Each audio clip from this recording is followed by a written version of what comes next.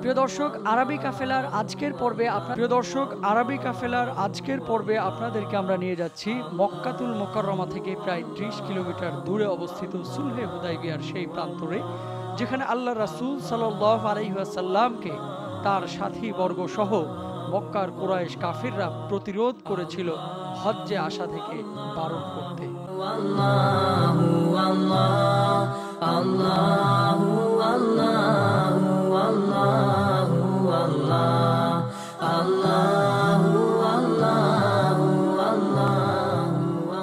আসসালামু আলাইকুম ওয়া রাহমাতুল্লাহি ওয়া বারাকাতুহু। ইন্নাল হামদুলিল্লাহ ওয়াস সালাতু ওয়াস সালামু আলা রাসূলিল্লাহ ওয়া বা'দ। প্রিয় দর্শক, সবাইকে সাদর আমন্ত্রণ জানাচ্ছি আরটিভির পবিত্র মাহে রমাদান উপলক্ষে সৌদি আরবে নির্মিত ইফাদ মাল্টি প্রোডাক্টস নিবেদিত আরবি কাফেলায়, পাওয়ার্ড বাই CSRM।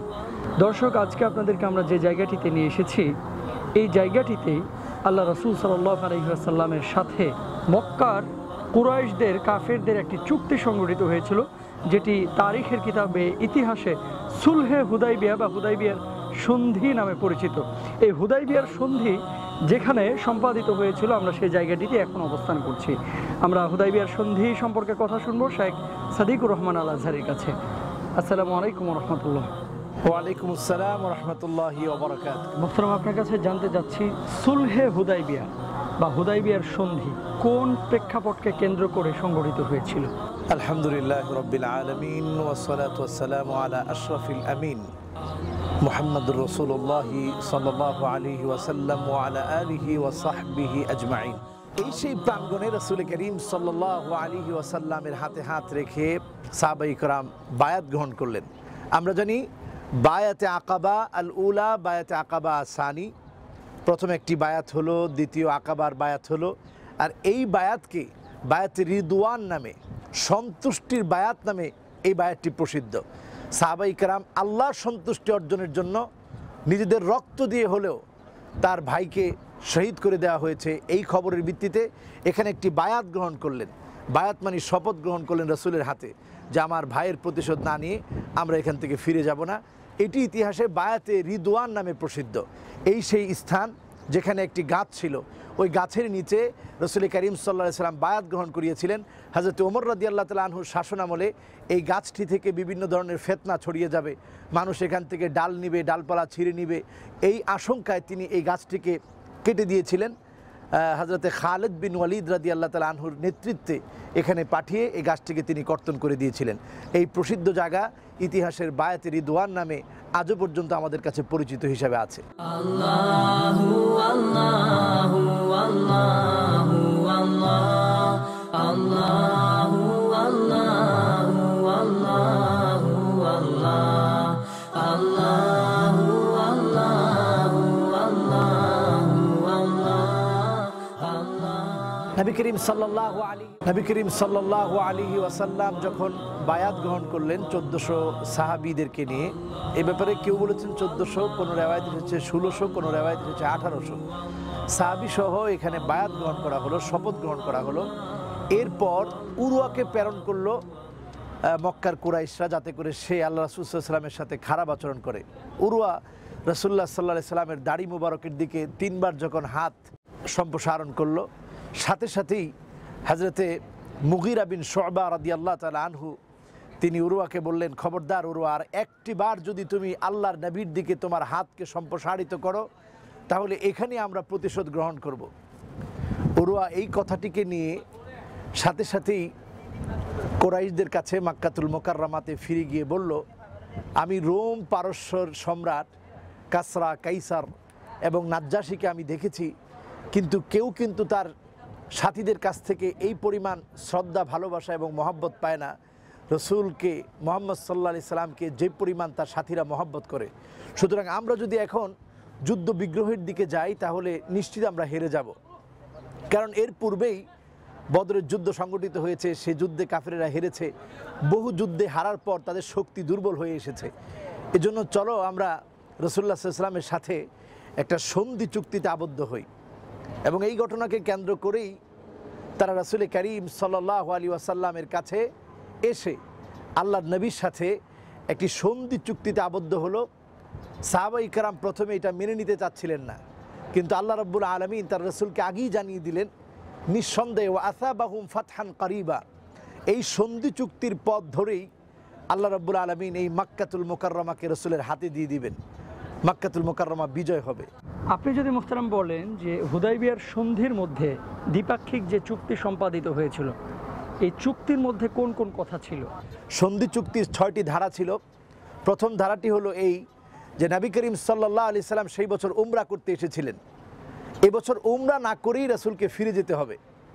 দ্বিতীয় ধারাটি ছিল এই আগামী বছর উমরা করতে এসে 3 দিন অবস্থান করবে, এই 3 দিন কোষবদ্ধ তরবারি ছাড়া আর কোনো কিছুই সাথে থাকা যাবে না, এবং এই সময়ে মক্কাতুল মুকাররমাতে কুরাইশরা যারা আছে তারা অন্যত্র গিয়ে অবস্থান করবে, টোটাল জায়গাটা মুসলমানদের জন্য তারা ছেড়ে দিবে। তৃতীয় চুক্তিটি ছিল আগামী 10 বছর পর্যন্ত মক্কাতুল মুকাররমার কুরাইশদের সাথে রাসূল করিম সাল্লাল্লাহু আলাইহি ওয়াসাল্লামের কোনো সংঘাত হবে না। চতুর্থ চুক্তিটি ছিল যে মক্কাতুল মুকাররমা থেকে কুরাইশদের থেকে যদি কেউ মদিনাতুল মুনাওয়ারায় যায় রাসূলুল্লাহ সাল্লাল্লাহু আলাইহি ওয়াসাল্লাম তাকে ফিরিয়ে দিবে, কিন্তু মদিনাতুল মুনাওয়ারাতে যে সমস্ত সাহাবায়ে কেরাম হিজরত করে গিয়েছে তারা যদি মক্কাতুল মুকাররমায় ফিরে আসতে চায় তাহলে এক্ষেত্রে কোনো বাধা নিষেধ থাকবে না। এই হচ্ছে চতুর্থটি। পঞ্চমটি ছিল মক্কায় যে সমস্ত কুরাইশরা রয়েছে তারা তাদের ব্যবসায়িক কাজে যদি মদিনাতুল মুনাওয়ারা হয়ে বসরায় যায় অথবা মিশরে যায় তাহলে কোথাও মুসলমানরা তাদেরকে বাধা প্রদান করবে না। ষষ্ঠটি ছিল যে তারা তাদের স্বার্থে অথবা মক্কাতুল মুকাররমার পাশে যত দেশগুলো আছে ইয়েমেন অথবা আরব জাতি, সেই আরবের কারো সাথে যদি তারা চুক্তিতে আবদ্ধ হয় অথবা শান্তি চুক্তি করে এক্ষেত্রে মুসলমানরা বাধা দিতে পারবে না।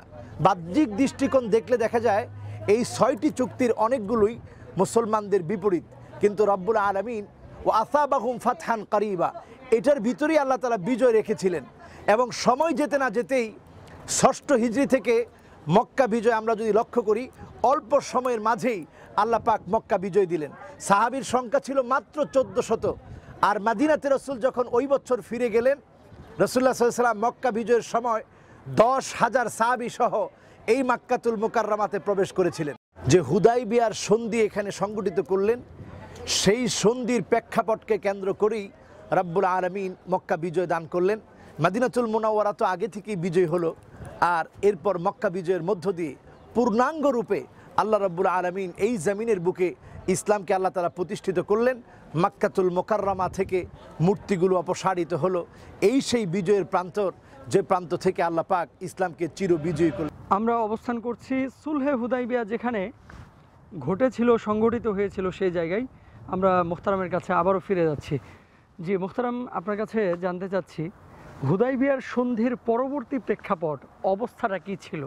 রাসূল করিম সাল্লাল্লাহু আলাইহি ওয়াসাল্লাম হুদাইবিয়ার সন্ধির মধ্য দিয়ে সে বছর নবী করিম সাল্লাল্লাহু আলাইহি সাল্লাম ফিরে গেলেন, উমরা না করেই ফিরে চলে গেলেন সাহাবায়ে কেরামদেরকে নিয়ে, এবং আল্লাহ রাব্বুল আলামিনের ইচ্ছায় নবী করিম সাল্লাল্লাহু আলাইহি ওয়াসাল্লাম পরবর্তী বছরে উমরা করার জন্য তিনি আবার আসলেন। সময় যেতে না যেতেই 10টি বছরের চুক্তি কুরাইশরা রক্ষা না করে বরং তা ভঙ্গ করার মধ্য দিয়ে অগণিত সাহাবায়ে কেরাম সেই মক্কাতুল মুকাররমা থেকে ইসলাম গ্রহণের জন্য মদিনাতুল মুনাওয়ারায় গিয়ে তারা রাসূলুল্লাহ সাল্লাল্লাহু আলাইহি ওয়াসাল্লামের হাতে হাত রেখে তারা ইসলাম গ্রহণ করলেন। সাহাবায়ে কেরামের সংখ্যা দাঁড়িয়ে গেল 10,000।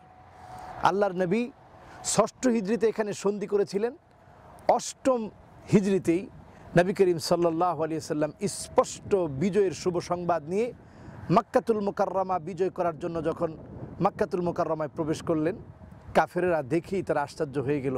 এই বিশাল জামায়াত, এই বিশাল জামাহের, এই বিরাট লোকদেরকে প্রতিহত করার মতো শক্তি কাফেরদের কোনোভাবেই ছিল না।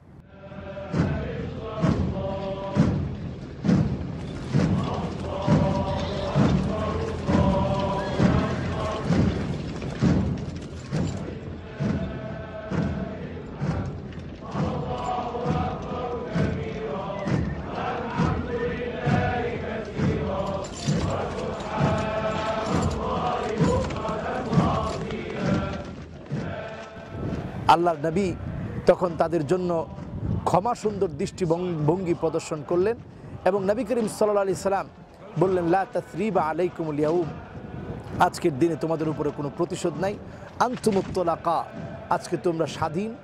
সদ্যপ্রসূত শিশু বাচ্চা মাতৃগর্ভ থেকে যখন দুনিয়াতে আসে, সে যেমন তার খাদ্যের কোনো চিন্তা করতে হয় না, স্বাধীনতার চিন্তা করতে হয় না, তোমরাও কোনো চিন্তা করতে হবে না।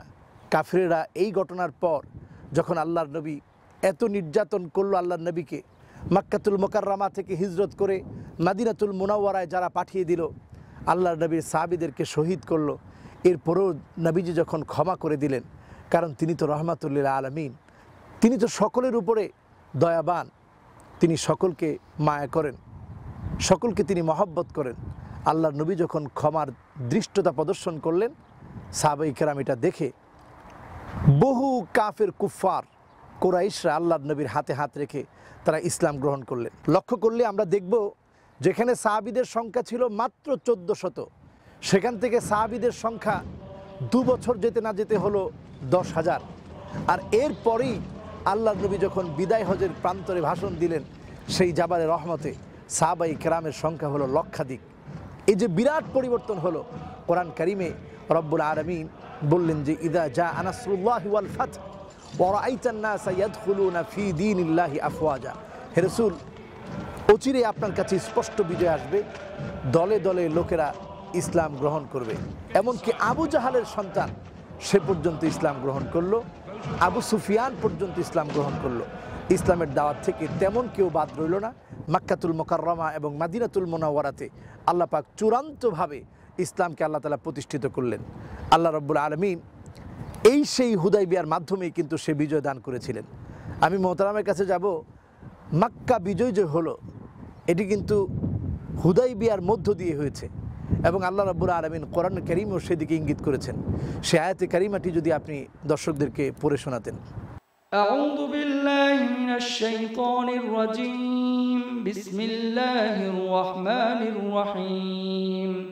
ইন্না ফাতাহনা লাকা ফাতহান মুবিনা লিয়াগফির লাকা আল্লাহু মা তাকদ্দামা মিন যামবিকা ওয়া মা তাআখখার ওয়া ইউতিম্মা নি'মাতাহু আলাইকা ওয়া ইয়াহদিয়াকা সিরাতাম মুস্তাকিমা ওয়া ইয়ানসুরাকা আল্লাহু নাসরান আজিজা। সাদাকাল্লাহুল আযীম। প্রিয় দর্শক, আপনারা দেখছিলেন আপনাদের প্রিয় অনুষ্ঠান ইফাত মাল্টি প্রোডাক্টস নিবেদিত আরবি কাফেলা, পাওয়ার্ড বাই CSRM। অনুষ্ঠানে একেবারে শেষ প্রান্তে চলে এসেছি। আল্লাহ রাব্বুল আলামিন আমাদের আজকের পর্ব থেকে যে শিক্ষা দিলেন, সেই শিক্ষা যেন আমাদের দৈনন্দিন জীবনে বাস্তবায়িত করতে পারি। সবাইকে সেই তৌফিক দান করুন, আমিন। বিদায় নিচ্ছি, আল্লাহ হাফেজ, আসসালামু আলাইকুম ওয়া রাহমাতুল্লাহ।